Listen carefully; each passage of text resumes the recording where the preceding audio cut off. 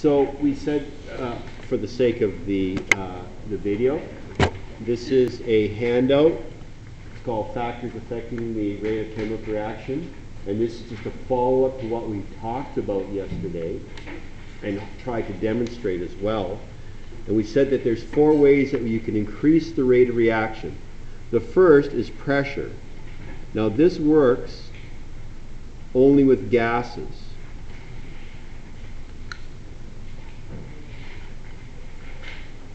Okay? And what it does is in this, we essentially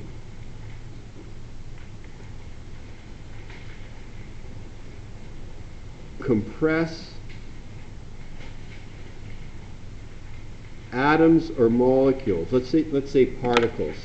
So we can so it's one word, but it means both atoms and molecules. Compress particles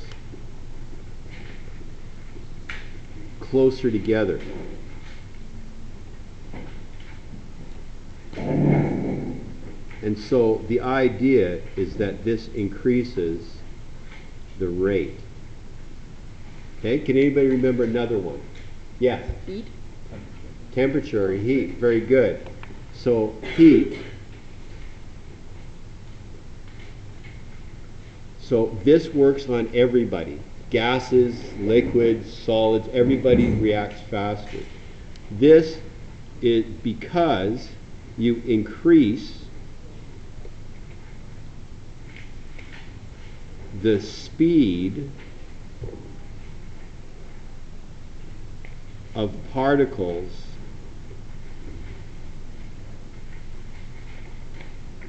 and what that leads to, it leads to an increase in collisions. We talked about collision theory, that for you to have a chemical reaction, 2 things have to collide. Okay, so we've got pressure, we've got heat. What else can we do? Yeah. Surface area. Surface area.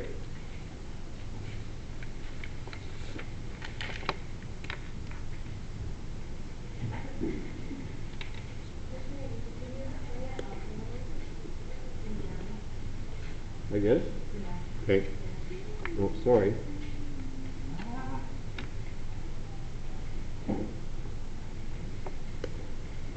So,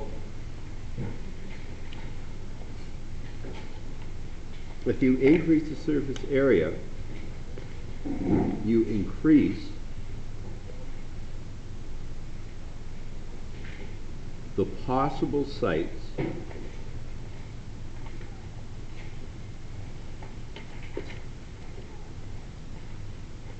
of collisions. Oh, because of that? Okay.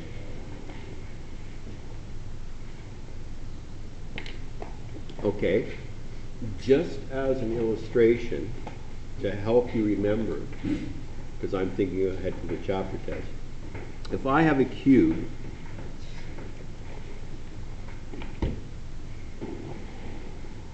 say here is a cube of metal, and here is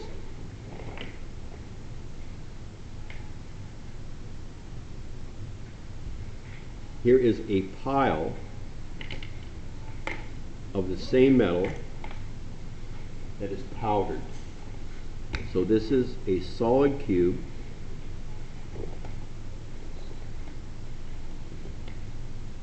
and this is powder. Yep.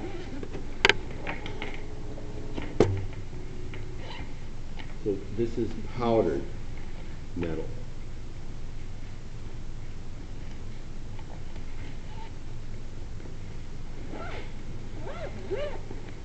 Which, and let's suppose,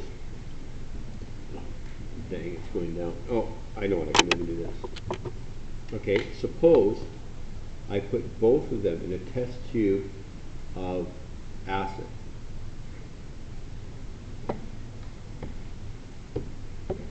Which one's going to react first?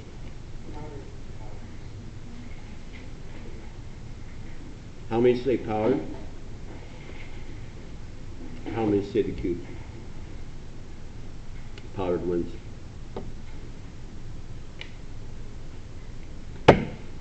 Okay? Now, the last one, I did the demo with you. Manganese oxide. What was that called?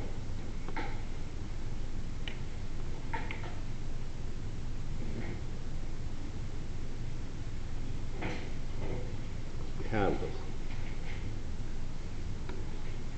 A catalyst. This is something that speeds up a reaction.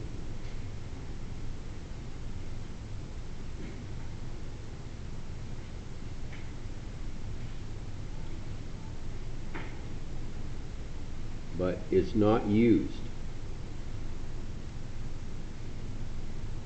It's used up. Okay?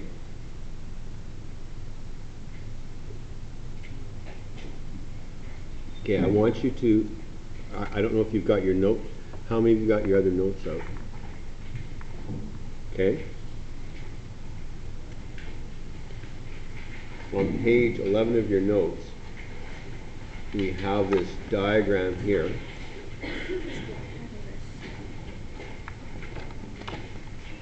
Where we have two reactants.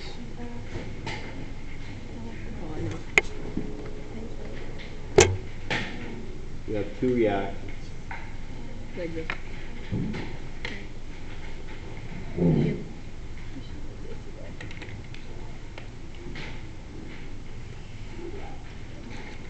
I'm using these colors just to show you that there's two different molecules here.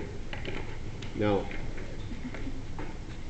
what's going to happen is that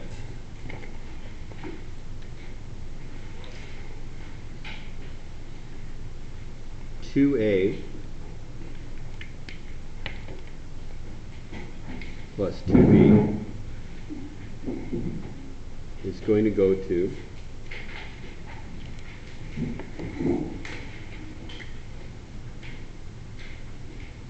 You can't see it. Or like zoom out.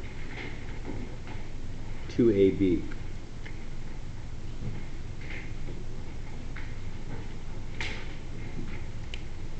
Why wouldn't it be like 480? Where did the other two go? They didn't go anywhere. Oh.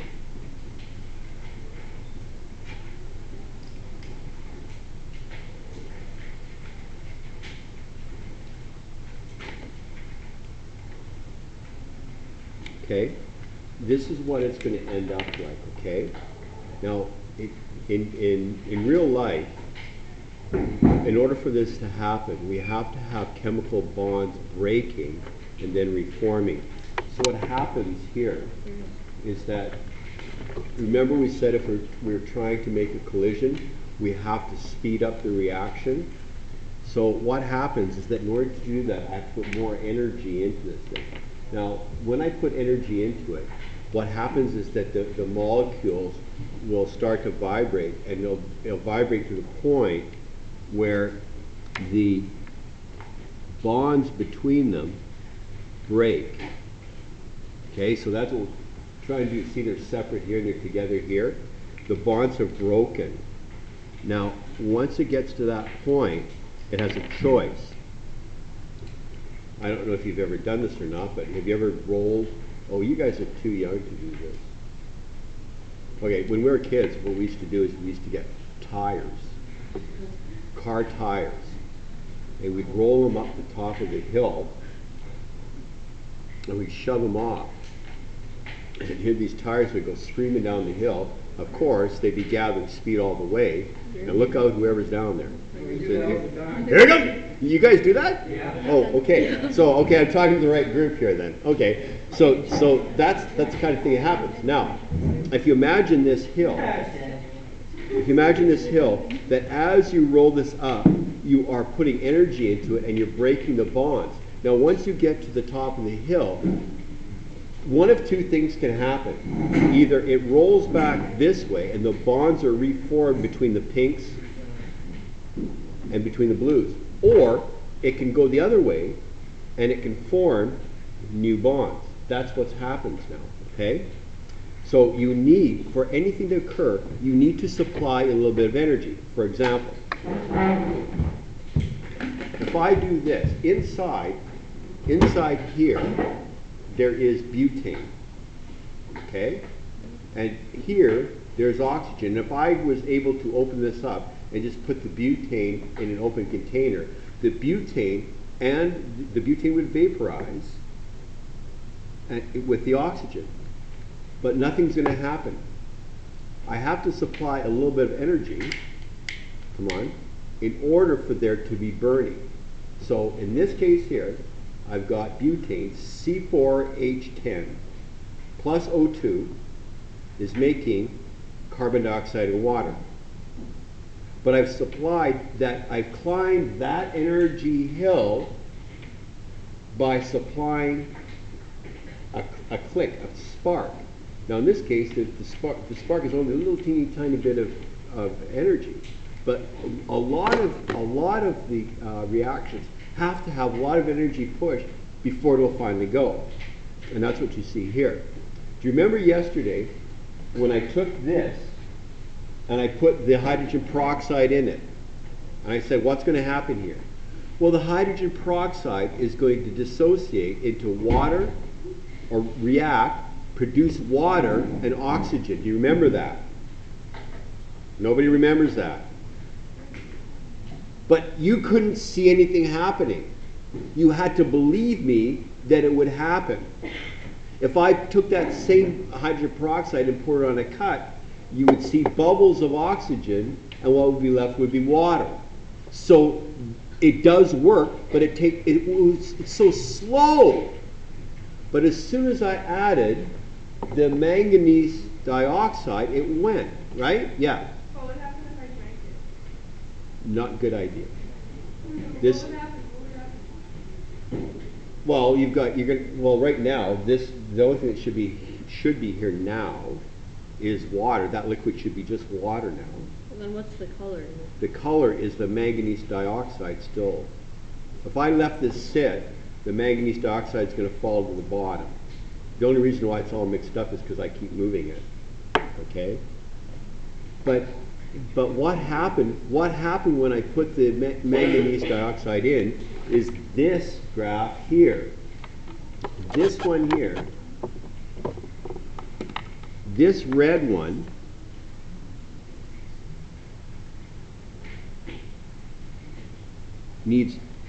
has a very big hill. This one here, let's say this is say this reaction is representing H2O2 going to H2O plus O2. Okay? So that means over here, down here in the reactants, can you see this? This is H2O2. If it goes to the reaction down here, we're going to have H2O and oxygen. Are we okay with that idea? Could you zoom out a little bit? Sure. Okay. Now, in order to do that, though, I would have to supply a lot of energy. But if I had a catalyst,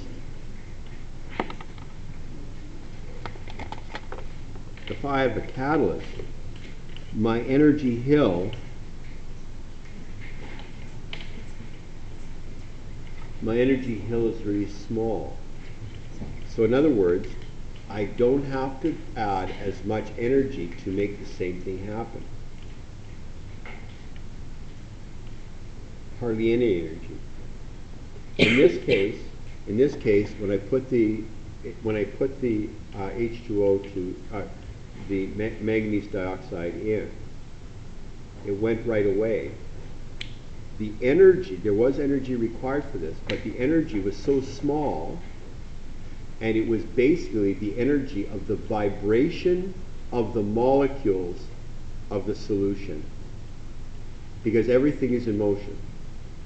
So that's all it took for the reaction to occur, but it did take energy, but it was so small. Yes, dear? I think that like oxygen to Oh, this isn't balanced.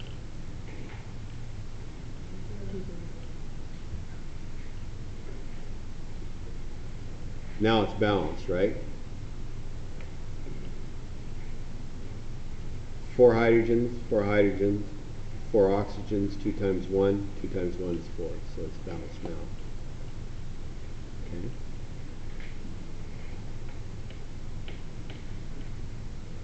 but if you're as oxygen, wouldn't it be O3 because it's already oxygen? Why would it be O3? Because it's already oxygen underneath In this here, that. 2 times 2 is 4 hydrogens, right? 2 times 2 is 4. 2 times 2 is 4 oxygens. 2 times 1 is 2. Plus 2 times 1 is 2. So 2 plus 2 is 4. So we're balanced right now. O3 is ozone. It's not going to happen. Okay? So this is the idea of why things don't just react on their own. Why do you have to give something a bit of a push for a reaction to occur? Did you know that if we didn't have this energy hill, then all of the water on the planet would be nitric acid. That acid that we put in to dissolve that copper, if we did not have an energy hill, all the water on the planet would be nitric acid. That can't be good. So thank you, Jesus, for energy hills, because we would not survive here. We'd be done. Okay? Beloved, beloved, beloved. First of all, are there any questions about these factors that affect chemical reactions? Okay. What I'd like to do is I'd like you to turn the page over to this one here. This page here, sorry, you can't see that. This page here is the pinnacle of chemistry in Science 10. This is why you have learned all the chemistry that you have is for this one page. It's so that you can predict chemical reactions. Now, the first thing that you want to do, in order to do this, you have to know what the different possibilities or the different kinds of chemical reactions there are. Remember, we described 6 types of chemical reactions. 6. Okay? We said that there was there was synthesis, decomposition, single replacement, double replacement, neutralization, and the 6th one, combustion.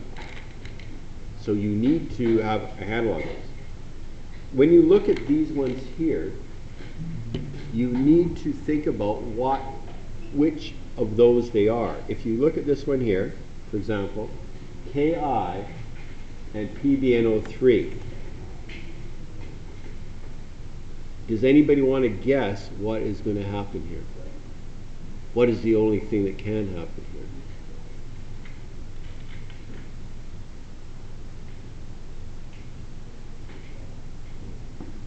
K's are positive, I's are negative. Leads are positive, nitrates are negative. What is the only thing that can happen here? Mr. Houston? KNO3 and PBI. Yep. Now, in order to do, let's go in. Let's get tight on this guy. Okay. So, you're quite right. This is going to be what we call a double replacement. Okay? Now, in this case, lead is plus 2. I know that because I've got 2 nitrates. All right? Are you with me?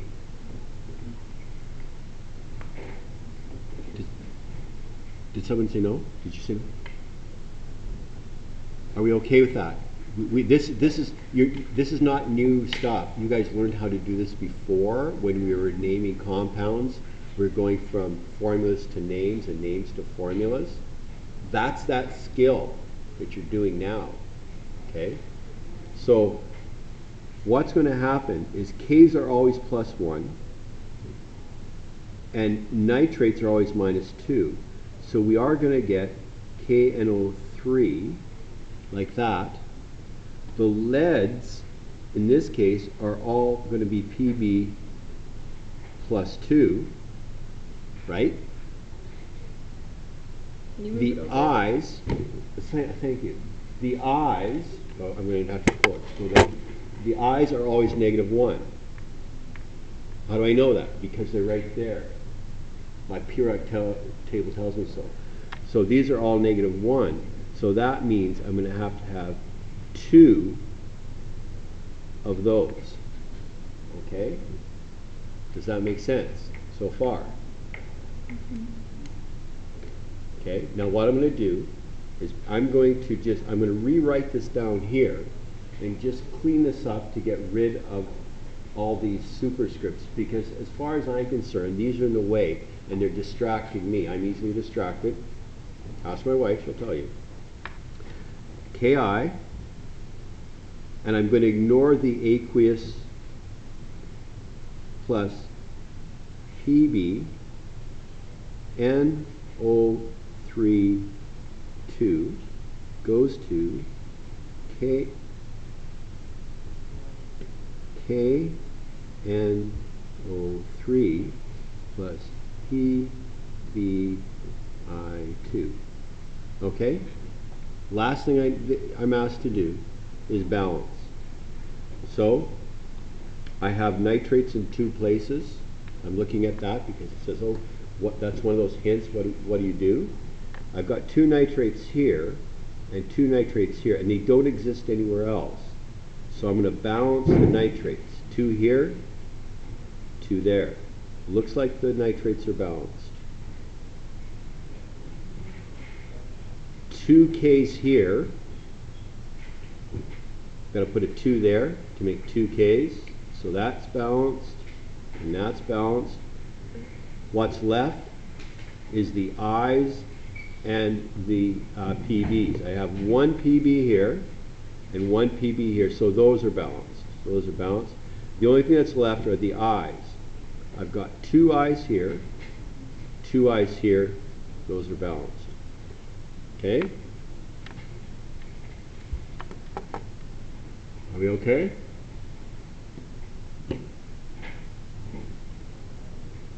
Thank you. Mhm.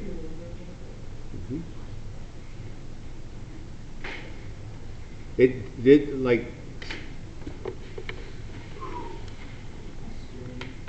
this is the hard stuff. This is hard stuff. Yeah? Yes, if you need to go, you need to go. Okay? Thank you.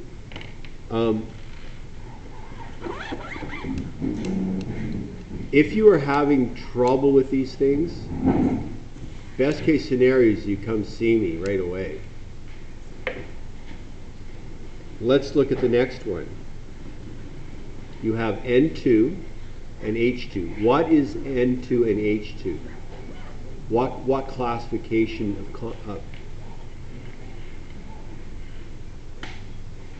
what classification of pure matter is H2 and N2?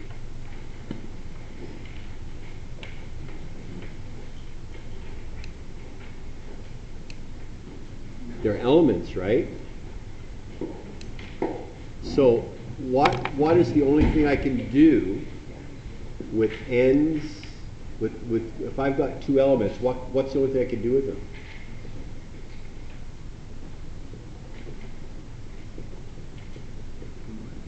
Combine them. This is called a synthesis reaction. So what's going to happen?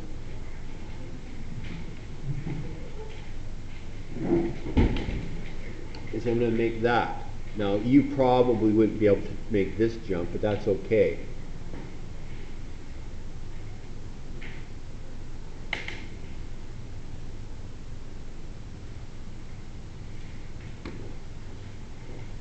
How do I balance that?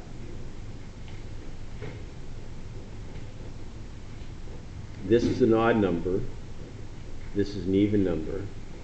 What am I going to multiply this by to make that legit?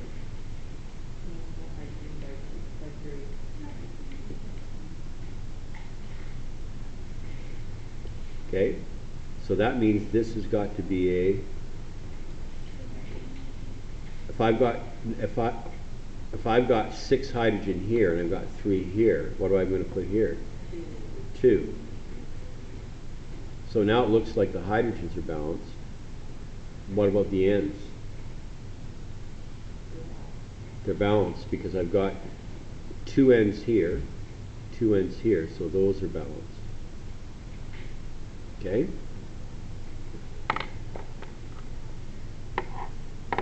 What is going to happen here? I've got HCl, can you see that? I've got HCl and AlOH3. Yes? Yes. Okay. Thank you. Okay. If I've got NH3, I have to use whole numbers in order to, in balancing as a coefficient, right? So, what do they call it? Least common multiple? What would be the least common multiple of 3 and 2? 6, right? If I have to multiply this to get 6, and I have to get multiply this by something to get 6, right? In order to balance them. So if I'm looking for 6 on here, that means I have to put a 2 here.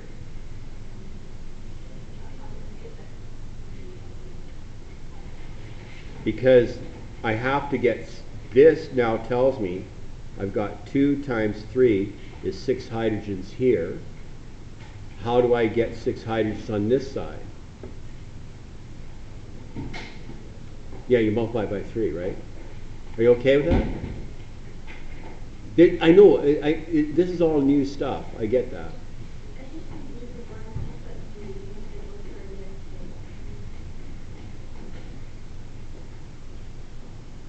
Are you talking about these two? Well, because my product, instead of being in a 1-to-1 ratio or 2-to-2 ratio, is in a 1-to-3 ratio. Okay? So there has to be somebody, I have to supply more of one of the reactants in order to make this possible.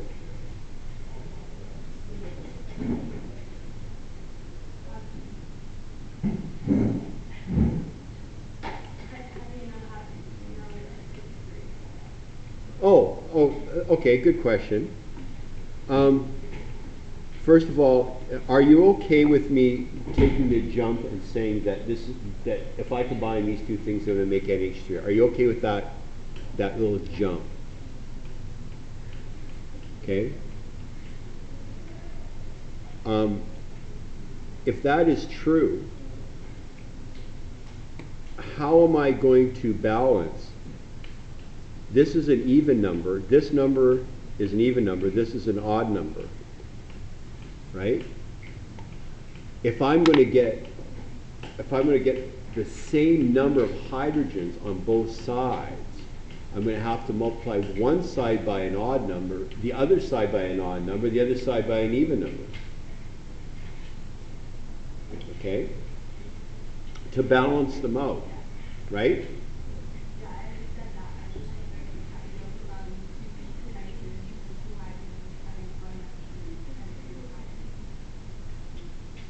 Well, once we balance the equation, then if we draw it out like using pictures, it'll make sense.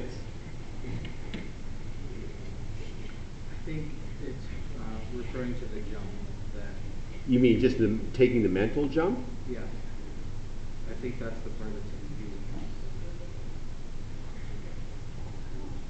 Help me, Mr. Houston. Well, like, I think they're wondering because in the reactants, there's 2's beside the N2 and the H2, and they're wondering how in the product there's only one N, and there's 3 hydrogens, and there's no 2's. Okay. In order for there to be a chemical reaction, chemical bonds have to be broken and then reformed. Otherwise, nothing's going to happen. That's the point of a chemical reaction. And so when we're looking at this diagram here, sorry, we're looking at this diagram here. That's why I pointed out that in this situation, as you climb this hill, these bonds are actually broken, and they have a moment in time when the bonds between all 4 of them are kind of like quasi bonds. They're not really full bonds. They're almost like, instead of lines, they're like dotted lines that nobody knows which way it's going to go. And then they'll reform. In this case, they reform differently. So what's happening here is the nitrogens that I am supplying, these bonds are all breaking apart. And what's happening here is these bonds are breaking apart as well. And they're going to reform, they're going to reshuffle. But they have to reshuffle in such a way that I have an equal number of nitrogens on both sides of the reaction, and I have an equal number of hydrogens on both sides of the reaction, because the law of conservation of matter says I cannot create or destroy matter. I can only rearrange it. I can't just destroy it. It goes somewhere. Okay? So I understand that chemistry at this point is a little bit of a mystery, and what you're looking at here is really just chicken scratch. It's letters and numbers, but the point is that the letters and numbers actually represent pictures. So if I did this a different way, if I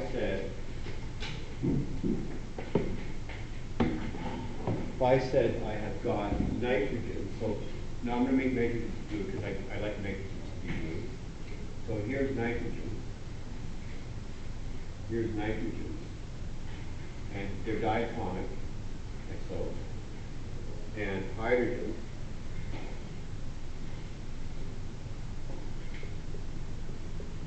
And what's going to happen with them is they're going to form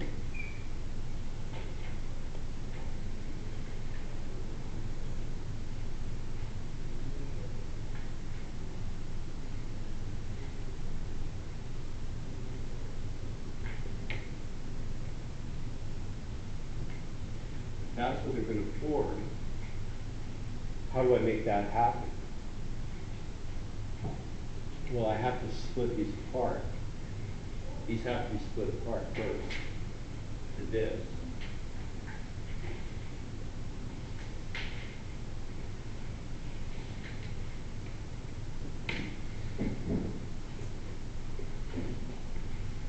Okay? But now,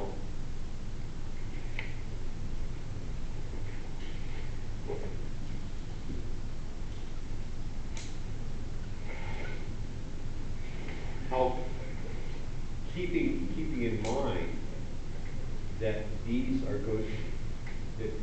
an entity, diatomic entity, these are diatomic entities, how do I make it so that I have an even number of nitrogens on both sides and an even number of hydrogens on both sides? I have these whole numbers, right? So if I did this,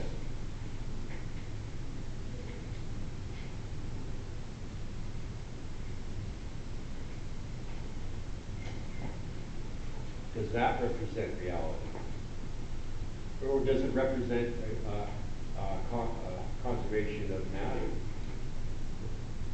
Well, no, I've got 2 nitrogens on this side, and 1 over there. And I've got 4 hydrogens on this side, and 3 over there.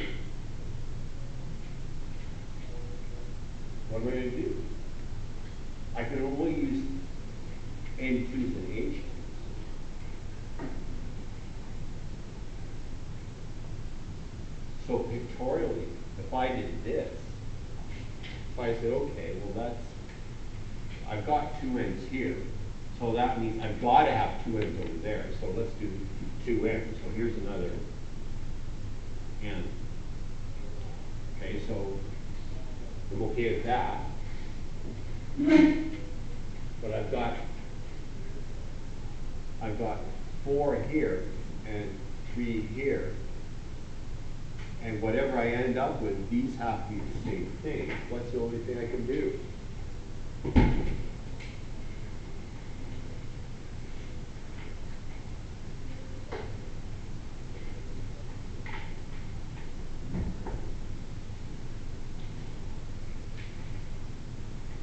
Is that balanced?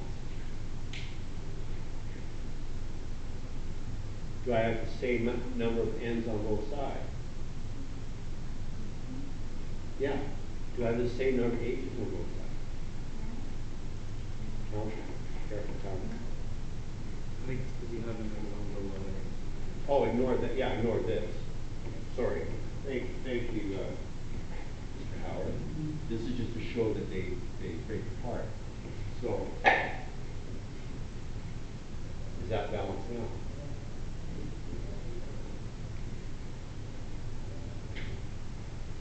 You like it? No, No. What do I have to do? you have to add another, 2 hydrogens. Sure, because I've got 2 nitrogens here, 2 nitrogens there. That's fine. I've got 1, 2, 3, 4, 5, 6 hydrogens on this side, but I've only got 4 here. So I'm going to add H like that.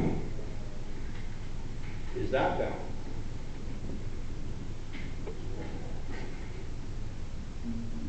Yeah. Are you okay with that? Can you see that that's balanced? You guys are in such a hard crowd. Why? Yeah. Because nobody wants to communicate. I pray that some of you one day will be teachers. Because then you'll get it. You get, like, how do I know what's going on in your mind? How do I know if you get this or not, if nobody says anything? So in the beginning, they don't need to be like balanced. They must be balanced. In order for this to be legitimate, these must balance. You have to have the same number on both sides. Otherwise, you're breaking the law of conservation of matter. It's not the suggestion of the conservation of matter, it's the law of conservation of matter. It cannot be broken. Okay? So you can't. So this is pictorially, this is what I'm trying to draw out of this is pictorially, that chicken scratch means this. But if every time you needed to balance an equation, you had to go through this process, you would be here all day. So how do we do that? How do we reconcile that? How do we make it easy? We use something called least common multiple, where if I look at this and I see I've got 3 hydrogens on this side and 2 hydrogens on this side, the only way that I'm going to get the hydrogen balance is if I have 6 on this side and 6 on that side. That's the only way. Oh. Least common multiple. So that means that basically to get 6 of these, I'm going to have to put a 2 here, and I'm going to have to put a 3 here. Now it turns out in this process, the nitrogens remain balanced. It's not a big deal. It turns out that way. Okay?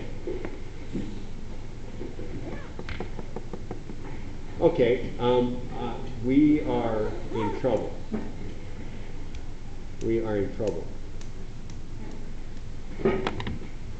So, so here's the bottom line. tomorrow, there's no way that we can do a chapter test tomorrow. Not a chance. So we're going to have to push that till Thursday. It's Wednesday, no? I thought you said Thursday. Wednesday. So we got to push that to what's today? Tuesday, Wednesday? We're going to have to push it to Thursday. So what you need to do is you need to look on Students Achieve, and if you have not done stuff in Chapter 9, you are in a peck of trouble. You've left it way late. Way late. What my suggestion is, if you can do that for tomorrow, then good on you. I think that tomorrow is going to be a work block in here. My suggestion, though, is that you guys have got so many Chapter 9 assignments to deal with that you need to come to class tomorrow at least well started on pretty much everything. Okay?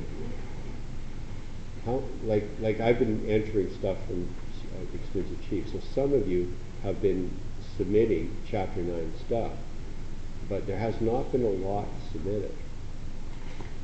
So my best guess is that for many of you, nothing has really happened. That is a problem.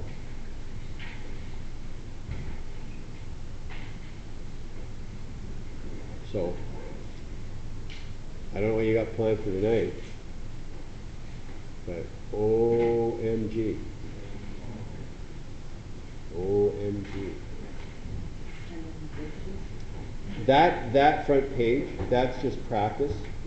I just want you guys, like again, I don't want to see it. That is one of those items that is on the board. So you guys need to use a camera and take a picture of that thing, or you need to go online at Students Achieve and see what it says, because those reflect each other. And yeah, I don't know what else to do. My plan for tomorrow is, if you can do this, great, do it. What I'm going to do is I'm going to talk through it, walk through it. If you want to be a part of the process, you just pay attention. If you don't want to be part of the process, you do something else. I don't care. I do care, but you need to care more than me. Okay? So we'll do that, and then the rest of the time is just you guys slamming and jamming. So slam and jam tonight, and we'll slam and jam tomorrow. And we'll get it done. Love you, go away. Cheers up. See you.